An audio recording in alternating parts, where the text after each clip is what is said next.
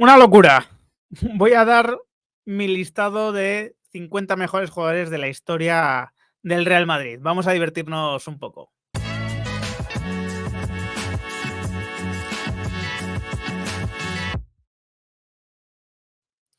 Muy buenas a todos, ¿qué tal?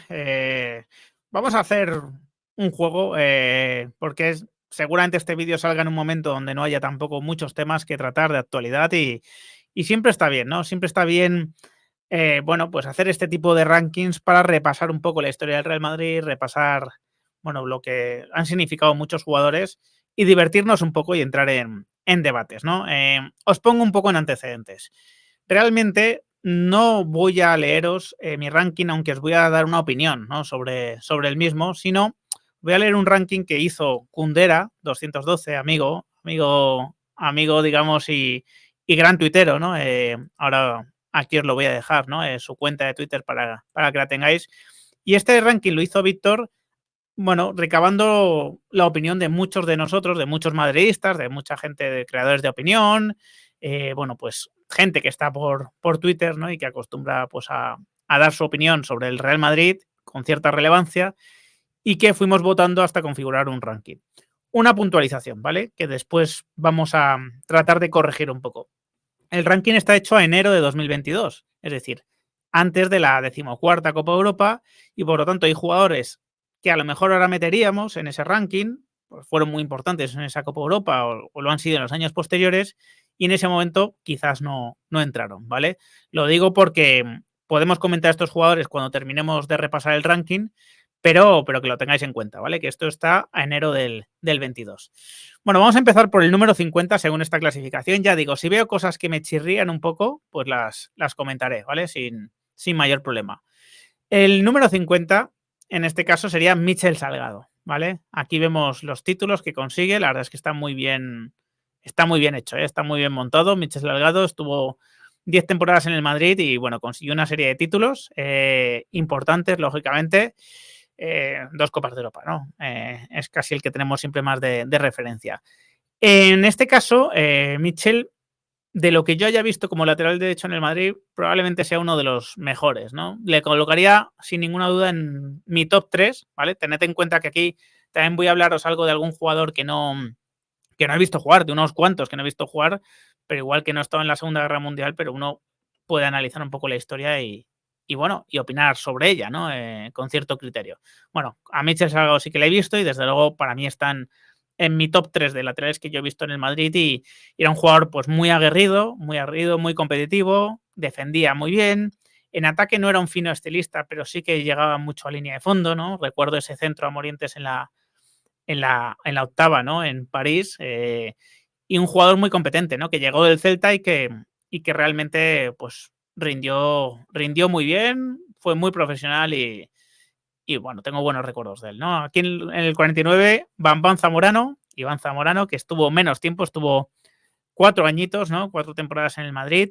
Recordad, quizás su mejor temporada fue cuando estaba más cerca de salir, porque el Madrid lo ficha del Sevilla, siendo un delantero que estaba metiendo goles en España, que, bueno, con cierta continuidad, pero a Valdano no le terminaba de cuadrar, ¿no? En el Madrid le aparta en la pretemporada, igual que a Mavisca.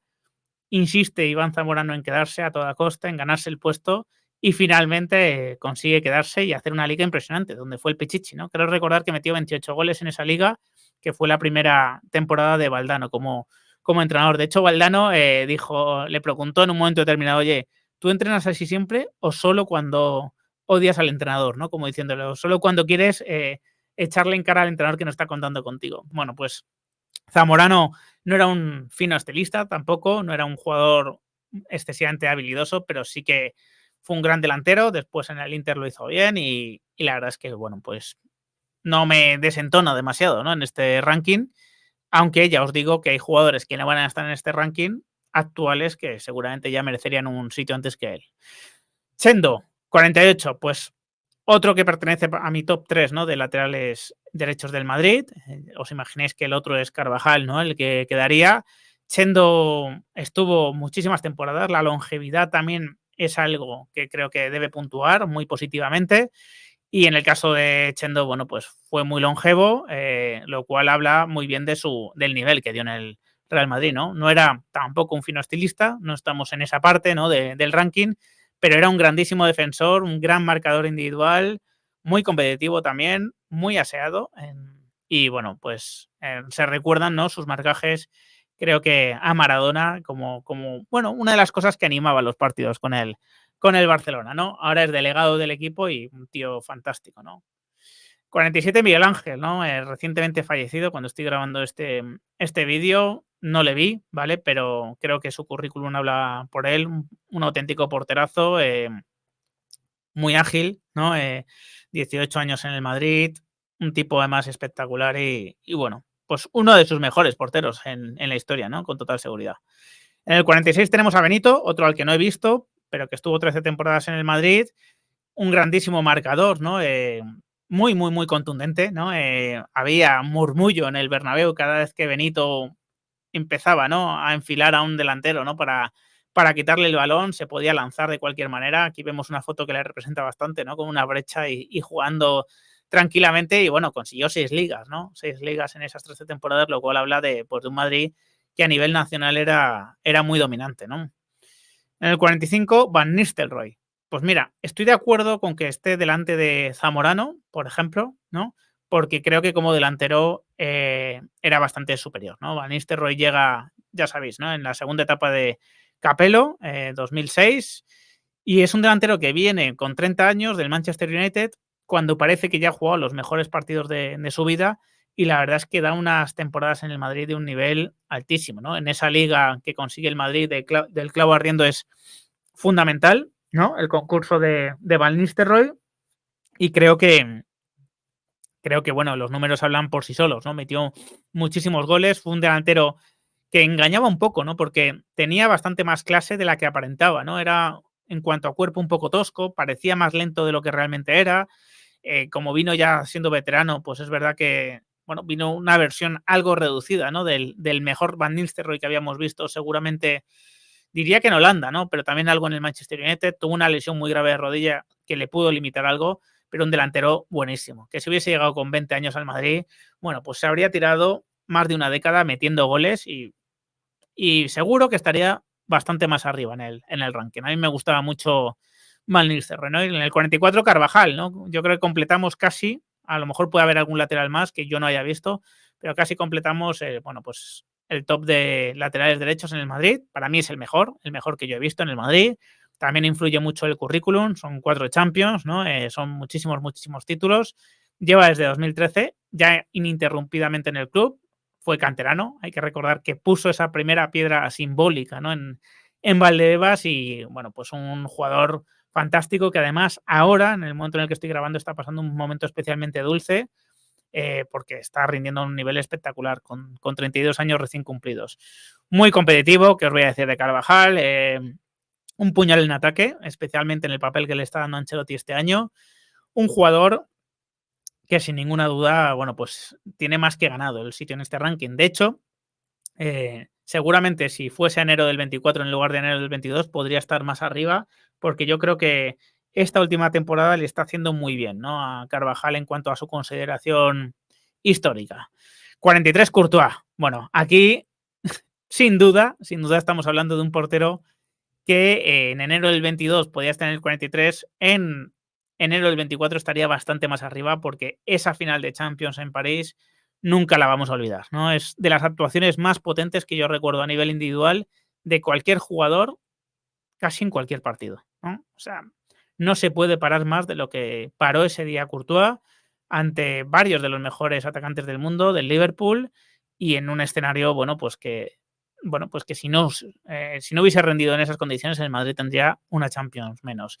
Está en el 43, insisto, por ese motivo, con total seguridad estaría más arriba, ¿no? En cualquier otra situación. Y la verdad es que, bueno, pues qué os voy a decir de Courtois. Ahora está lesionado, está pasando por un momento complicado en su carrera por esa lesión de rodilla. Parece que va muy bien, parece que va recuperándose y pues el mejor portero que yo he visto en el Madrid, ¿no? Vamos a encontrarnos algún portero más arriba en el ranking, sin duda, pero a nivel técnico, ¿no? Sin tener en cuenta los años en el Madrid, sin tener en cuenta los títulos, porque hay obviamente porteros que han ganado más títulos. Para mí, a nivel técnico, a nivel puro y duro, es el mejor portero que yo he visto en el Madrid, ¿no? Una auténtica barbaridad y hablo de en el Madrid, pero es que es uno de mis porteros favoritos de la historia del fútbol, de lo que yo haya visto, ¿eh? De verdad os lo digo. Puesto 42, Figo, ¿no? Del 2000 al 2005 estuvo.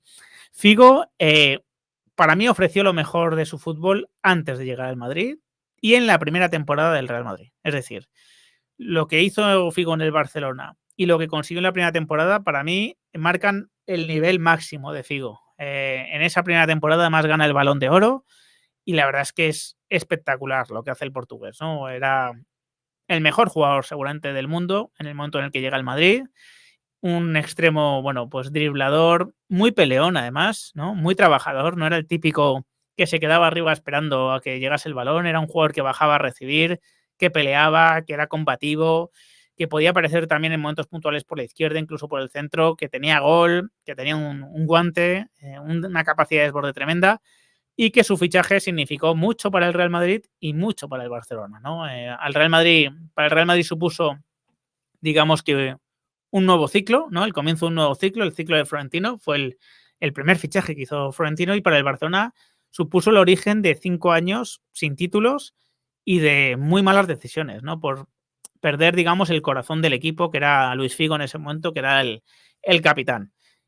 Casi tiene más valor su nivel, digamos, en ese aspecto, en ese ámbito, que lo que dio futbolísticamente. El primer año fue impresionante, los siguientes años ya fue retrocediendo un poco, aunque era un jugadorazo, evidentemente, y claro que hizo cifras y claro que fue importante, ¿no? En esa Champions que consiguió, pero creo que me entendéis, ¿no? Que tuvo un valor simbólico incluso mayor que el futbolístico, ¿no?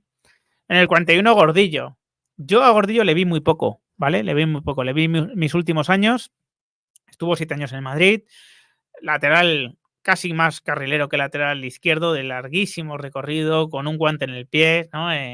Acostumbraba, ¿no? A centrar en carrera de forma maravillosa para que Hugo Sánchez aprovechase, ¿no? Esas asistencias que le mandaba. Un jugador muy querido, con bastante carisma, también muy ligado al Betis, ¿no? Es típico jugador que es muy querido en ambos sitios y la verdad es que muy técnico, ¿no? Muy técnico, de zancada larga, un jugador que, bueno, pues que puede estar perfectamente en este ranking, ¿no? ¿Cómo no? ¿Por qué no va a estar, no?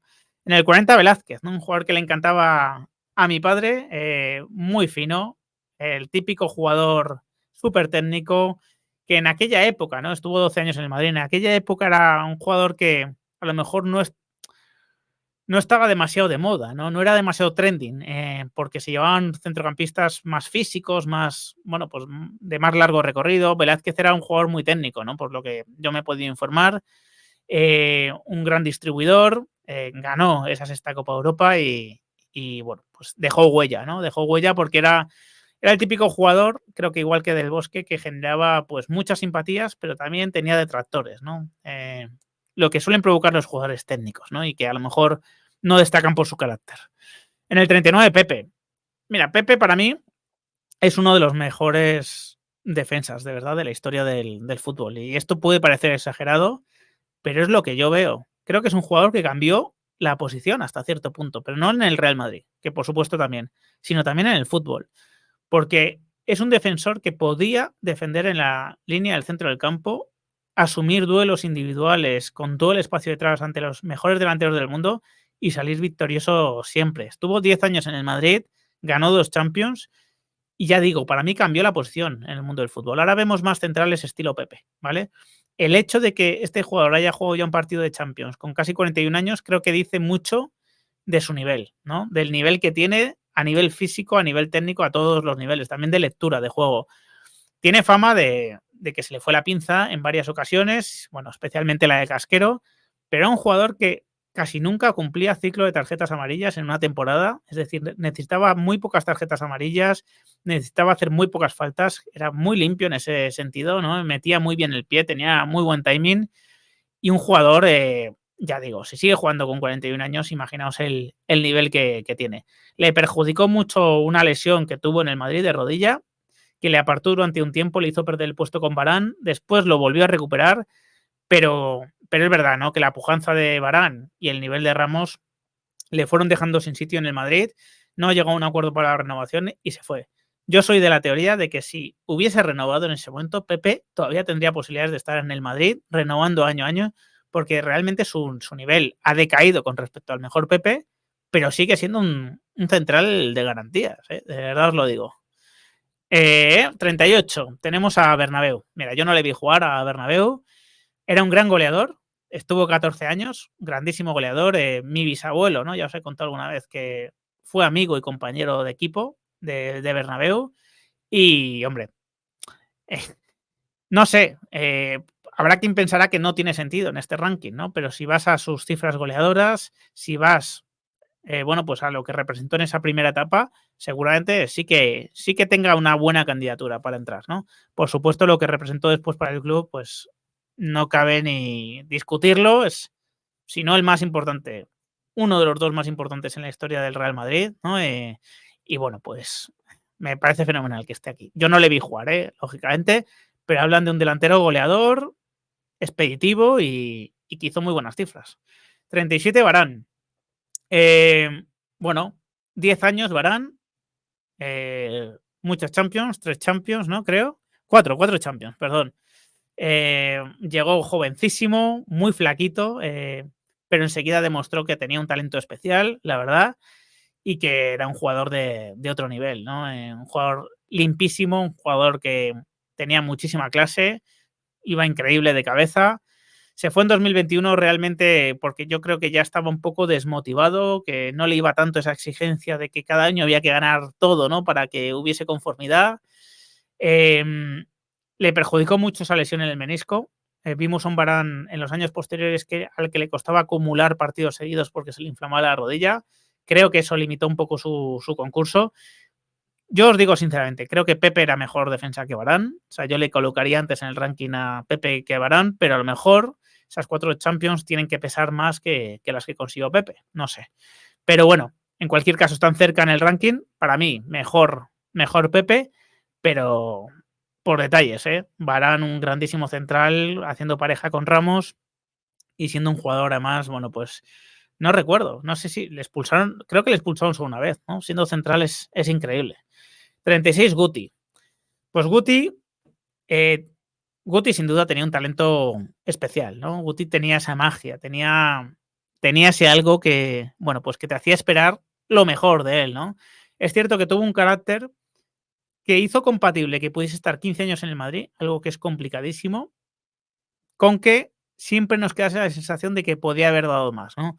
Él mismo yo creo que reconoció que entre las prioridades de su vida no estaba siempre la primera el estar 100% al máximo de forma, ser un Cristiano Ronaldo en ese aspecto, ¿no? Un jugador, bueno, pues que viese su cuerpo como un templo, ¿no? Era un jugador que también quería divertirse, comportarse como un joven, ¿no? Y eso le pudo lastrar un poco. Pero mantenerse 15 años en el Madrid es algo impresionante. Ser titular en bastantes etapas y competir muchas veces con el fichaje de, bueno, de la última temporada por un puesto y no salir escaldado tiene muchísimo mérito. Esa pierna izquierda, bueno, pues tenía una calidad sin igual, ¿no? Una imaginación impresionante. El famoso gol de Benzema, atacón de Guti, define mucho, ¿no? La genialidad del jugador, ¿no? Cómo imagina que la mejor forma de solucionar una jugada de ese tipo es hacer algo que no, bueno, pues que no se ve habitualmente. Un jugador increíble, la verdad os digo, no os lo tengo que explicar mucho, que merece yo creo que un sitio en el ranking, aunque habrá quien lo coloque en peor posición y habrá quien lo coloque mejor, ¿no? Seguramente el típico jugador que no deja indiferente a nadie. En el 35 tenemos a Zamora, pues un grandísimo portero, que por cierto creo que pasó por el Barça también, y no sé si por el Atlético de Madrid, pero por el Barça seguro. Hablan muy bien de este portero en su época, pues un portero del Real Madrid anterior a la Guerra Civil, un Real Madrid muy exitoso, un Real Madrid que era dominante en España antes de esa Guerra Civil y que, bueno, pues que merece su sitio aquí, sin ninguna duda. Yo no le vi jugar, pero es uno de los mejores porteros de la historia de España, ¿no? Así que no voy a discutir yo que Ricardo Zamora merezca un sitio en este, ¿no? En este ranking. Moloni, en el 34. Otro jugador al que yo no vi, ¿vale? Que estuvo 10 años en el Madrid, muy fino, por lo que dicen, bastante estilista. Ganó, ¿no? Pudo llegar a tiempo de ganar Copas de Europa Y bueno, no tengo nada que decir, ¿no?, de Luis Morón. Y después se convirtió, ya sabéis, ¿no?, en un hombre de la casa muy importante que cogía el banquillo cuando el entrenador de turno era despedido y solía hacerlo mejor, ¿no? Solía mejorar el desempeño del equipo con su entrada, ¿no? Miguel Muñoz, jugador que llegó, ¿no? Llegó a las primeras Copas de Europa y después fue el entrenador en alguna de ellas, ¿no? Si no recuerdo mal, defensa, un jugador al que yo no he visto jugar, no os puedo decir mucho más, pero sin duda haber estado siendo tan importante en esos años le tiene que conceder un sitio en este ranking. No olvidemos que el Madrid, entre el 55 y el 60, ganó 5 Copas de Europa y que eso, bueno, esa época tiene que estar recogida en este ranking, si no, no sería un ranking correcto, sin ninguna duda, ¿no? 32 Stilicke, alemán, súper peleón, ¿no? Hasta con algún compañero, con Juanito tenía ahí sus más y sus menos a veces, 8 años, un jugador que llegó para, yo creo que cambiar un poco, ¿no?, la cultura del Real Madrid, tratar de introducir ese elemento alemán, ¿no?, ese elemento germano que era muy preponderante en esos años, pero que se terminó, bueno, pues incluyendo completamente la sociedad madrileña, la sociedad española y convirtiéndose en uno más, ¿no? Un jugador muy peleón, bueno, pues de mucha brega, mejor con el balón, ¿no?, de lo que indican esa descripción como jugador peleón, sin ninguna duda, y un líder, ¿no? Un líder en el campo que consiguió títulos con el Real Madrid y que bueno, que permanece en el recuerdo de mucha gente, ¿no?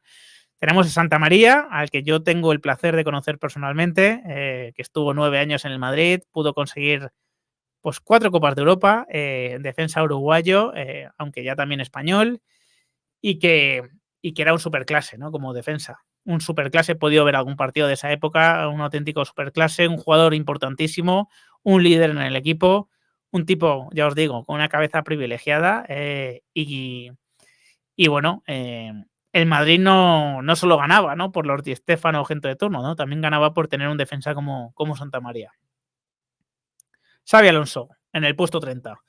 A ver, a algunos les parecerá que está demasiado lejos de los puestos de cabeza, pero realmente Xabi Alonso estuvo 6 años en el Madrid y, bueno, hasta 2014, ¿no?, hasta el verano de 2014, y fue un jugador que, bueno, pues que tuvo un impacto inmediato en el Madrid, ¿no? Vino con 27 años, lo cual con 28 años, lo cual siempre es un poco faena, ¿no? Porque te da la sensación de que es el típico jugador que tendría que haber llegado antes, ¿no? Y bueno, pues haber completado como mínimo una década en el Madrid, pero bueno, llegó cuando pudo llegar, procedente del Liverpool, un jugador con una capacidad de distribución del balón impresionante, ¿no?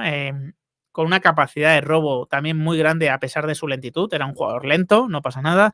Era un jugador que de caderas, pues no era muy fluido de caderas, ¿no? Era un jugador al que le costaba girarse, pero daba igual, ¿no? Él protegía muy bien con el cuerpo el balón y sobre todo tenía un golpeo de balón, una capacidad de visión, ¿no?, de lo que tocaba en cada jugada, bueno, de poner el balón donde era, de, digamos, provocar que el equipo jugase al ritmo que le convenía, pues impresionante, ¿no? En ese sentido, pues parecido a Toni Kroos, ¿no? El papel que desempeñaba Xabi Alonso. Creo que algún día se convertirá en entrenador del Real Madrid y, bueno, su trayectoria como entrenador demuestra también su conocimiento del juego, ¿no? Un conocimiento absoluto que ya demostraba como jugador, un carácter especial, ¿no? Muy, muy, muy combativo, muy competitivo, un jugador que merece, por supuesto, estar en este ranking, ¿no?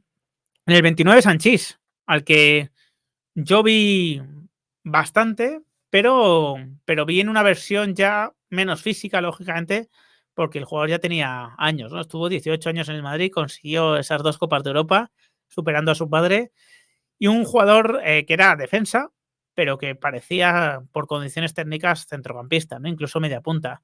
Qué típico era verle proteger el balón de espaldas, ¿no?, encarando la línea de fondo y salir regateando de esa jugada, ¿no? Era un jugador con mucha habilidad.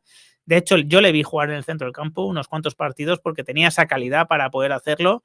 Y bueno, pues defensa titular en la séptima, un jugador que perteneció a esa quinta del buitre, es el primer componente de la quinta del buitre que vemos, y la verdad es que un jugadorazo, ¿no? Un jugadorazo, no era excesivamente expeditivo como defensa, pero sí era muy inteligente, ¿no?, a la hora de de robar el balón, de leer los duelos y por supuesto, ¿no? Merece la posición en el ranking. El 28, Camacho. Camacho era una bestia, ¿no? Era un marcador implacable. Se recuerdan esos marcajes a Maradona, también a Cruyff. Bueno, un marcador impenitente que se vio muy lastrado por una lesión muy importante que tuvo de rodilla, pero sin embargo tuvo el gran mérito de volver a ser muy, muy, muy competitivo. Pero sin duda ya vimos una versión reducida a nivel físico, pero bueno, entró entonces el conocimiento del juego, entró la lectura. No era un jugador hipertécnico, ni mucho menos, era un jugador defensivo, era un jugador combativo, un jugador que introdujo o ayudó a introducir ese espíritu de remontada en el equipo, esa competitividad, ese ADN Real Madrid, ¿no? Eso que se ha ido trasladando a lo largo de los años, tiene, tiene desde luego cabida en este ranking por su nivel futbolístico, que fue muy importante a nivel defensivo, pero también por su nivel moral, ¿no? Por lo que significaba para el equipo, la importancia, la ascendencia que tenía, ¿no? Sin duda merece ese sitio. En el 27, Ronaldo Nazario. Claro, Ronaldo Nazario en la historia del fútbol está mucho más arriba que el 27, ¿no? Y diréis, oye, ¿por qué en el 27 en este ranking si a lo mejor está entre los 10 mejores jugadores de la historia del fútbol? Bueno, porque lo que le dio tiempo a dar en el Real Madrid fue menos, lógicamente, de lo que había dado antes. Llegó en 2002 con varias lesiones de rodilla gravísimas que solo un jugador con su talento físico y su talento futbolístico podía superar. Llegó en una versión ya diferente, ya no era ese jugador de Barcelona, ¿no? De la temporada en el Barcelona que es de lo más impactante que yo he visto en mi vida, o de las primeras temporadas en el Inter que también fueron, bueno, pues de flipar absolutamente. Ya llegó pues con limitaciones. Él, por ejemplo, explicaba que no podía girar en movimiento, es decir, que cuando él cogía el balón en carrera, ¿no? Que parecía como una manada él solo, pues no tenía la capacidad de girar demasiado por miedo a la rodilla, entonces que tenía que elegir muy bien la trayectoria que cogía, porque no se iba a poder desviar mucho, ¿no? Metió muchísimos goles, fue un jugador que desgraciadamente tiene menos títulos de los que me gustaría con el Real Madrid, llegó ya en, en la etapa de los Galácticos algo tardía, se comió la decadencia de alguno de ellos y bueno, eh, creo que tiene sitio en este ranking, no tanto por lo que hizo en el Madrid, que también fue impactante y durante varias temporadas absolutamente imparable, pero también por su lugar en la historia del fútbol, ¿no? Es un jugador, pues, en ese sentido, único, ¿no? Absolutamente, absolutamente único y que lo merece. 26, Casemiro. Bueno, pues uno de los mejores centrocampistas defensivos que yo he visto en el Madrid. Seguramente hay uno que pongo por delante que él, que después os aparecerá en el ranking con casi total seguridad, pero qué decir de Casemiro, hipercompetitivo, 4 Champions, recuerdo esa última Champions con el Madrid, como hizo de tercer central y fue un auténtico valladar, pero también me acuerdo del partido en Milán, yo no he visto nunca a un jugador robar tantos balones como ese día en Milán contra el Atlético de Madrid, un jugador que se fue ganando el puesto poco a poco, que al principio bueno, era bastante criticado por la opinión pública, por su carácter defensivo, pero un jugador que, ojo, que tenía mucha llegada al gol, mucho instinto, ¿no? Para encontrar posiciones de remate. Eh, no, era, no era un super crack, ¿no? Está claro, con el balón en distancias reducidas, ni girando, pero un jugador que era muy consciente de sus limitaciones, que sabía darle el papel que tenían que tener Kroos y Modric, que permitía que Kroos y Modric diesen su mejor versión, ¿no? Gracias a su labor y que se fue como un auténtico caballero cuando tocó, ¿no? Cuando tocó del Real Madrid vamos, después de ganar la decimocuarta y bueno, pues en el Manchester United ya empezó a introducir un poco esa cultura ganadora que tanto necesitaba, ¿no? El conjunto inglés, aunque desgraciadamente ni siquiera Casemiro ha conseguido que levanten demasiado el vuelo. Un super crack, también como persona, recuerdo esa anécdota, ¿no? De cuando adelanta la vuelta de sus vacaciones porque al Real Madrid le meten 7 goles en pretemporada, el Atlético de Madrid, y cómo explicaba, ¿no? Que no podía dejar solo a su equipo en ese momento. Impresionante. 25, Raymond Kopa. Bueno, me hablan de un fino estilista, estuvo muy poquito tiempo en el Madrid, 3 años. Venía de un rival del Madrid, el Stade de Reims, ¿no? Al que le había ganado la primera Copa Europa el Madrid. Y bueno, un jugador buenísimo que ganó 3 Copas de Europa y que seguramente, bueno, pues al llegar ya tarde, pues no pudo dar muchos años al Madrid, pero sí de una calidad indiscutible, ¿no? El 24, Gareth Bale. Bueno, pues sin ninguna duda, ¿no? Tiene que estar en este ranking Gareth Bale. Ya sé que los últimos años fueron como fueron, pero es que hay que recordar lo que hizo de 2013 a 2018, ¿no? Es absolutamente capital en varias de las mejores fotos de nuestra vida, ¿no? Esa chilena, por supuesto, contra el Liverpool, ese gol en Lisboa, ese gol en la Copa del Rey contra el Barça, ¿no? Con la carrera interminable. Por supuesto, ¿no? También en Milán fue muy importante. Un jugador que aparecía en los grandes momentos, que daba la mejor versión de sí, que tuvo muy mala suerte con las lesiones, le impidieron tener continuidad, que tuvo muy mala prensa, pero que estuvo en esos momentos, ¿no? Donde hacía falta. Y es que su impacto en la historia del Real Madrid, en los títulos del Real Madrid, es imborrable, ¿no? O sea, podemos decir lo que queramos, es imborrable. Por condiciones técnico y atléticas, era un jugador llamado a sustituir a Cristiano Ronaldo. No pudo asumir ese reto, pero vamos, que, que sin ninguna duda merece un sitio en este ranking, digan lo que digan, ¿no? Sus detractores. En el 23, Mitchell. Pues mira, aquí como los vemos muy juntos, claro, cabe discutir todo, ¿no? Dices, oye, ¿cómo Mitchell está por encima de Gareth Bale?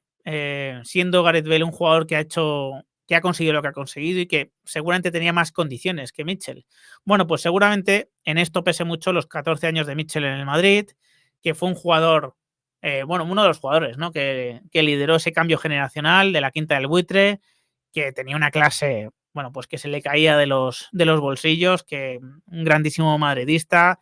Eh, yo solo le vi jugar en su decadencia, ¿no? Desgraciadamente, pero un jugador que por la banda, bueno, pues tenía una capacidad de organizar el juego desde la propia banda, pues, bueno, solo reservada a los superclases, una capacidad de centro increíble, ¿no?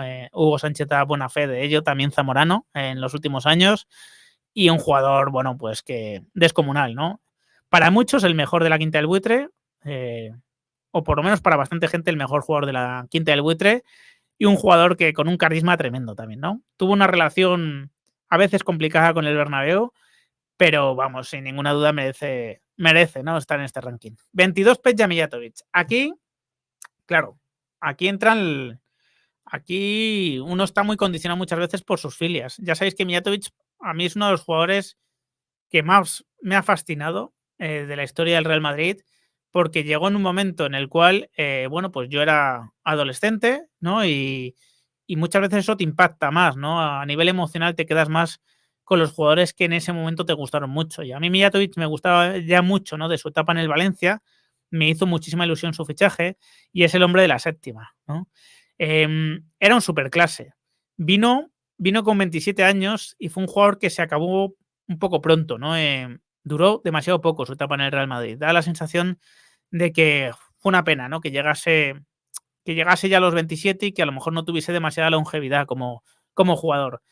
Un jugador con un control del balón impresionante, con muchísima clase, con carácter, combativo y sobre todo que metió el que posiblemente sea el gol más importante en la historia del club, ¿no? El gol de la séptima.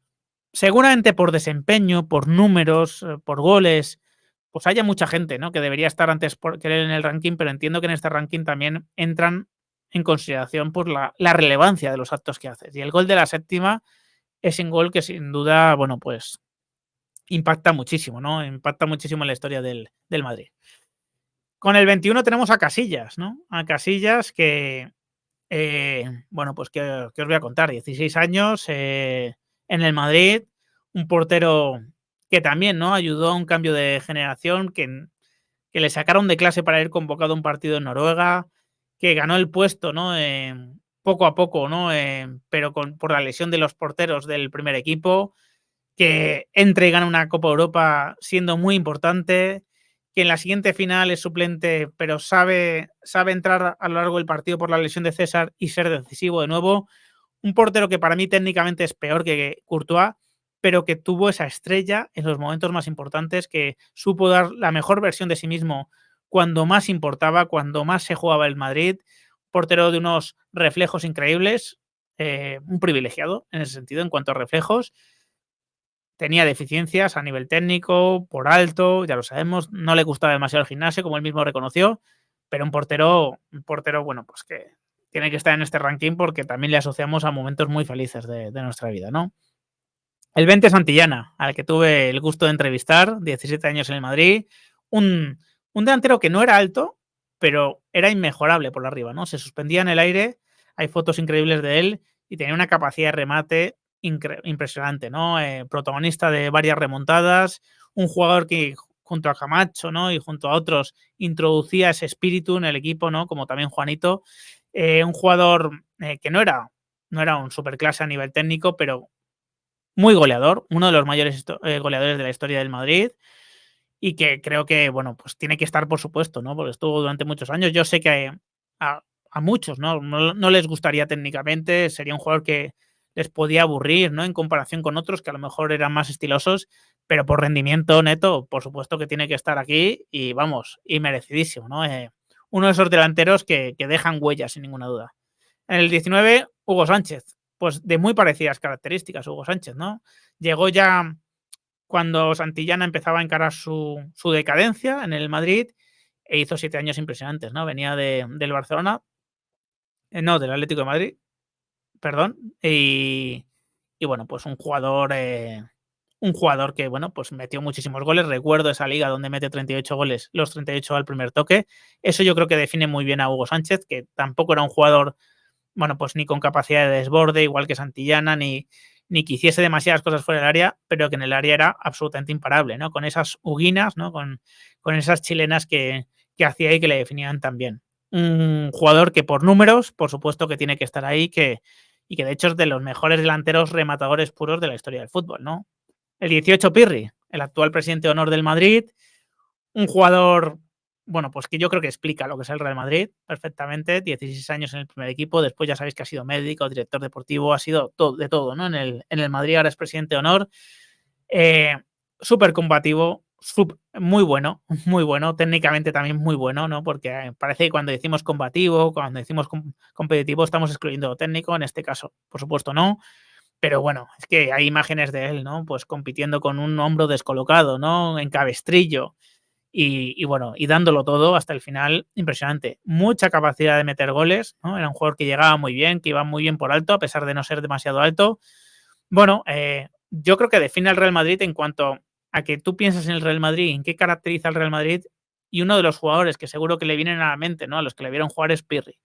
Por esa, por ese espíritu que tenía, por ese colocar al Real Madrid siempre por delante de todo y por dejarse la vida, ¿no? Por el equipo. El 17, Fernando Redondo. Para mí el mejor mediocentro defensivo de la historia del Madrid. ¿Qué os voy a decir de Redondo? Llegó en el 94. Es cierto que estuvo a punto de llegar Simeone en esa temporada en lugar de Redondo, pero Valdano se puso firme y llegó, como os conté en mi libro. Y Redondo es, bueno, pues era un mediocentro que había sido media punta, que se rompió la rodilla y yo creo que eso le hizo perder algo de recorrido y que de mediocentro se comía absolutamente al equipo rival. Él era un poco selectivo, ¿no? Hay que decirlo. El típico partido de liga, un poco intrascendente, Redondo, a lo mejor ni te enterabas que había jugado o le veías que absorbía demasiado el balón y estaba un poco lento, como que le daba un ritmo mortecino al juego. Ahora, llegaban los partidos importantes, la Copa Europa, y se hacía con el escenario, ¿no? Yo recuerdo cómo se comió al Borussia Dortmund en uno de los mejores partidos que le he visto a un centrocampista en mi vida. En la vuelta, ¿no? Con un 2-0, pero sin hierro en el equipo, era necesario, ¿no? Ese papel de Redondo. He visto la final de París contra el Valencia, cómo se comió el centro del campo del Valencia el solito.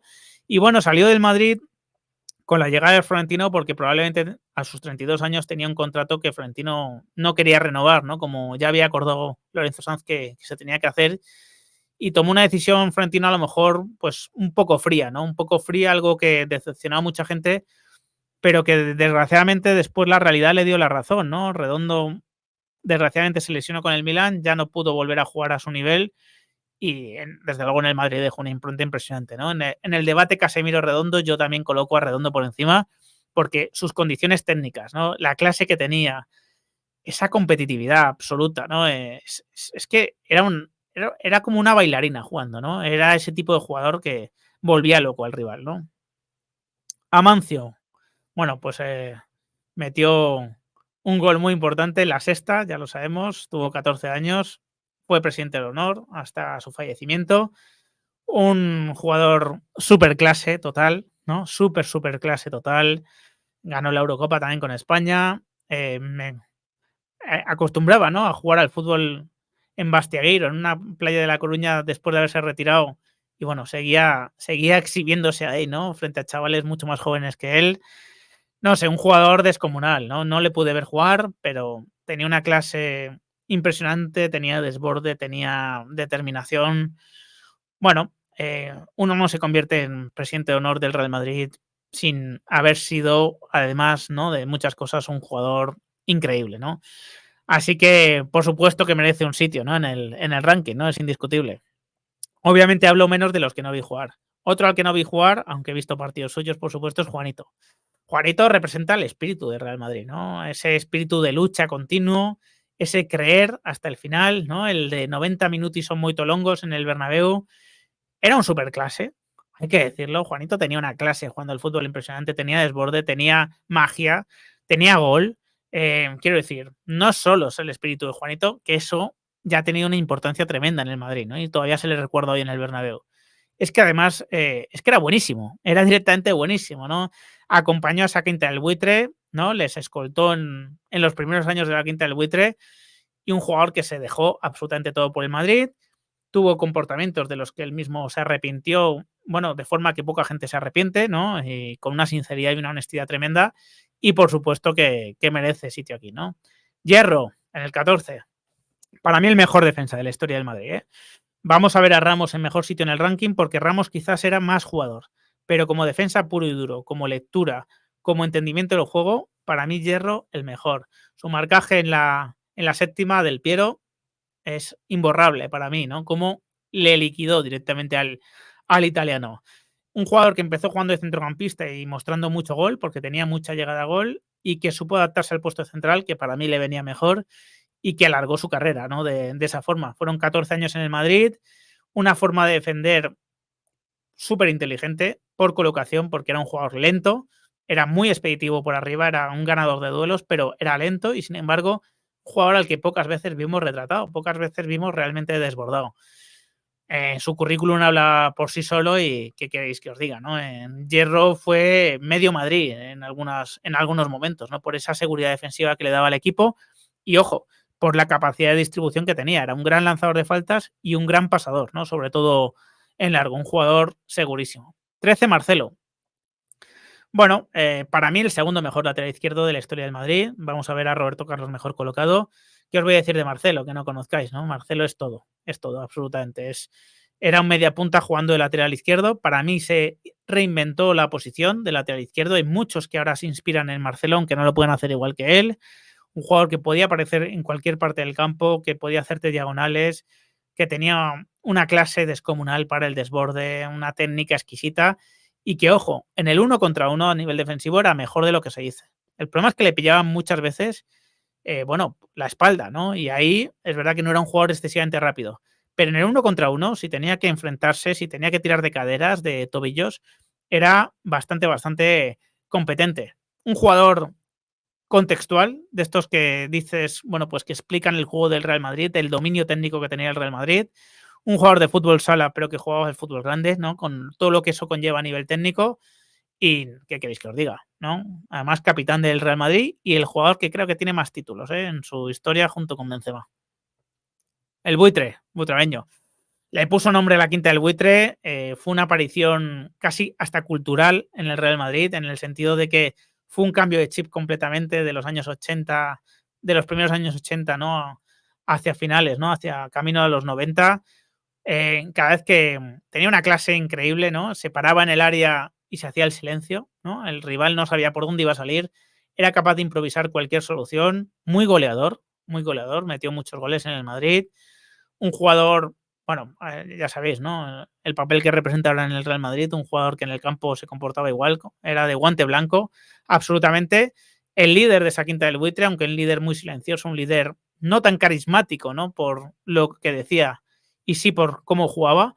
Y qué queréis que os diga, ¿no? Desde luego que merece este sitio. No sé si tan arriba, habrá quien lo coloque más abajo, pero sé que para muchos representó un antes y después en su afición por el Real Madrid, que muchos se quedaron incluso como en luto cuando el buitre se retiró, porque digamos que fue el final también de una forma de entender el Real Madrid, ¿no? Para mucha gente.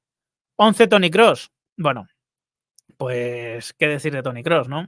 Estamos suplicando porque no se retire. Tiene en el Madrid 4 Champions, un jugador con una técnica descomunal, con un conocimiento del juego absoluto, que con 34 años está viviendo uno de los mejores momentos de su carrera, acompañado por Camavinga y Valverde, se le ve en su salsa. Un jugador que lo ha ganado todo con el Madrid y que, bueno, es uno de los mejores centrocampistas de la historia del fútbol, directamente, ¿no?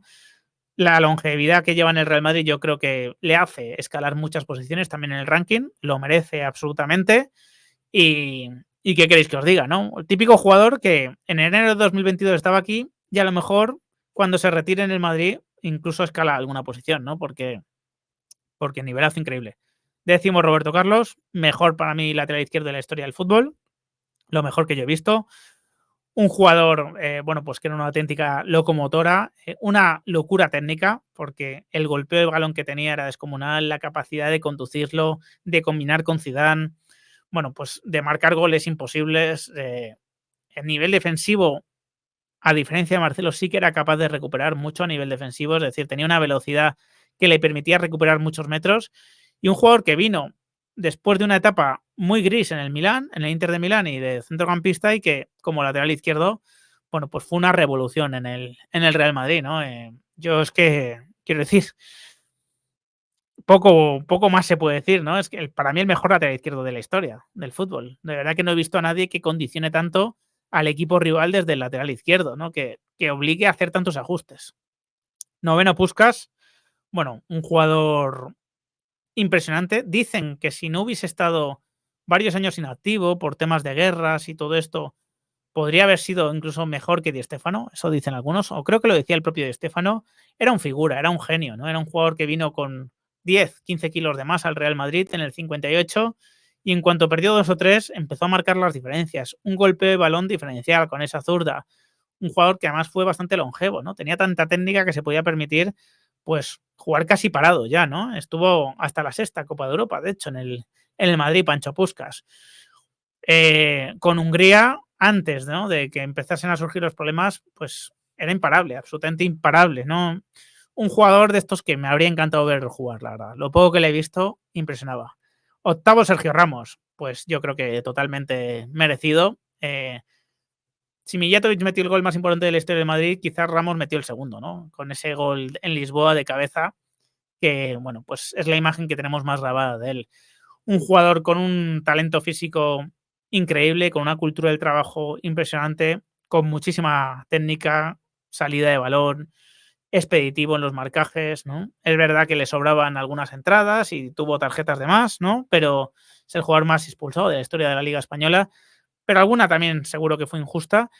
Y bueno, un jugador con clutch, ¿no? Como dicen los americanos. Un jugador que en el momento importante daba la mejor versión de sí mismo, ya no solo a nivel defensivo, sino también con una capacidad de meter goles, bueno, pues que han cambiado la historia del Madrid, ¿no? Absolutamente merecido, 16 años en el club y entiendo que esté por delante de Hierro porque como jugador para mí ha sido más, aunque a nivel defensivo me sigo quedando con Hierro.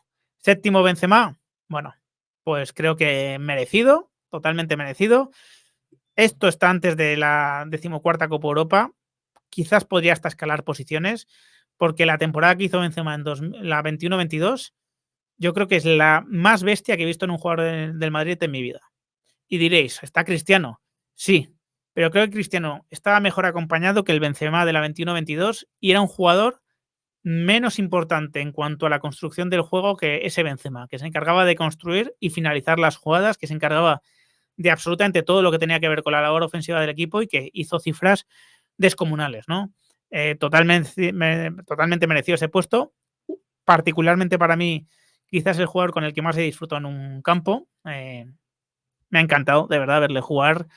Un superclase descomunal, un jugador incomprendido para mucha gente, pero que, bueno, marcó las diferencias y bueno, y es el segundo máximo goleador de la historia del Madrid. Creo que esto también es bastante indicativo, ¿no? Se decía que no tenía gol y fijaos, ¿no? Para no tener gol se convirtió en el segundo. Sexto, Zidane.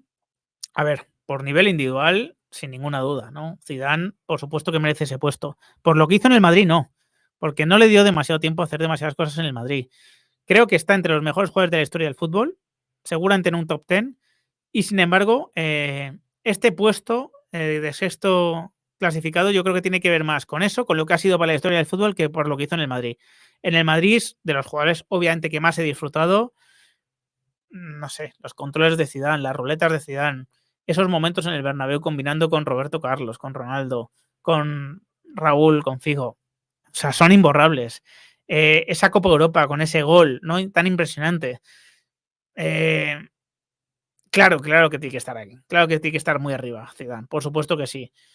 Un jugador que la única pena es que vino con 29 años. Es que si hubiese venido con 22 años, Zidane a lo mejor está en el top 2 o top 3 de la historia del Real Madrid, como jugador. Porque el nivel era ese. El nivel era ese. ¿Qué queréis que os diga? Una ascendencia tremenda. Un jugador que no parecía que fuese a ser entrenador y fijaos, ¿no? Fijaos en el entrenador que también que se convirtió ganando 3 Copas de Europa con el Madrid. Uno de los personajes más importantes de la historia del Madrid y un jugador, bueno, pues que se explica solo, ¿no? Poneos un vídeo de highlights, los que no lo hayáis visto demasiado, y flipad, ¿no? Directamente. Raúl, el 5, bueno, por supuesto, ¿no? Tercer máximo goleador de la historia del Madrid, si no estoy equivocado. 16 años, una aparición fulgurante con 17 años.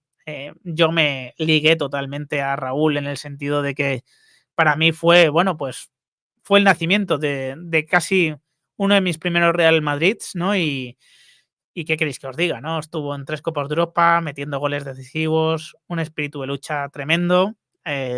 Ahora es entrenador del Castilla, me gusta menos como entrenador de momento que como jugador, claramente. Pero quiero decir, Raúl se suele decir, ¿no? No era un 10 en nada, era un 7, un 8 en todo. Yo creo que era un 10 en algunas cosas también, ¿no? En el conocimiento del juego, desde luego, en la competitividad, en el oportunismo y técnicamente muy minusvalorado, ¿no? Es verdad que no tenía un golpeo fuerte de balón, metió algún gol sorprendente desde fuera del área, pero no era su especialidad, pero era un jugador muy fino con la izquierda, ¿eh? Muy fino, capaz de hacer esa vaselina que hacía y bueno, pues quiero decir, merece por supuesto ese sitio, ¿no? En el Madrid.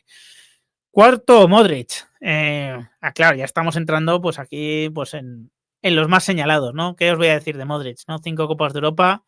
Para mí, uno de los mejores centrocampistas de la historia del fútbol, de verdad os lo digo, con una longevidad que es de locos. Está con 38 años y ahí sigue en el Real Madrid y aspirando a quedarse continuamente y aspirando a tener más minutos. Justo estoy grabando esto después de que meta ese gol decisivo contra el Sevilla desde fuera del área, ese golazo. Por supuesto, por supuesto. O sea, es que Modric, que lleva 12 años en el Madrid, por supuesto que es uno de sus mejores jugadores de la historia. Es muy difícil, emular ese nivel, el que ha dado él, con esa continuidad, con esa clase, con esa identificación que tiene la afición con él, ¿no? No voy a gastar mucho más tiempo en explicaros quién es Modric, desde luego. Tercero Gento, hombre, 6 Copas de Europa, extremo increíble, veloz, presidente de honor del club hasta su fallecimiento, una auténtica bala, un jugador que fue adquiriendo cada vez más condiciones técnicas, ¿no? A lo largo de esos 18 años que estuvo en el Madrid, que llegó como un diamante en bruto y acabó siendo pues un diamante precioso. Y bueno, pues uno de esos jugadores que explican la historia del Real Madrid, porque el Real Madrid fue el mejor club del siglo XX. Porque tuvo gente como Gento, muy pocos, ¿no? Muy pocos como Gento, por supuesto, que directamente ganaban Copas de Europa, ganaban partidos y martirizaban a sus rivales. No le vi jugar mucho, como podréis entender, pero probablemente el mejor extremo izquierdo que haya habido en la historia del fútbol, ¿no? Segundo, Cristiano Ronaldo. Esto seguramente es discutible. Obviamente ya sabéis que el primero es Di Stéfano, máximo goleador de la historia del club, 9 temporadas, 451 goles creo que metió. La cuenta es fácil, 50 goles por temporada, más de un gol por partido de media. El jugador que yo he visto más bestia en el Real Madrid, sin ninguna duda, ¿no? Lo tenía absolutamente todo. Sigue metiendo goles con 39 años, es de locos lo suyo. Una competitividad absoluta, una técnica exquisita. A veces se decía que era poco técnico. Yo alucino, ¿no? Con lo que se podía llegar a decir sobre Cristiano y la técnica que tenían. Era un privilegiado a nivel técnico, un superdotado a nivel físico. Aguantó el pulso de Messi, le ganó durante muchos años, ¿no? El Balón de Oro. Tuvo 5 balones de oro.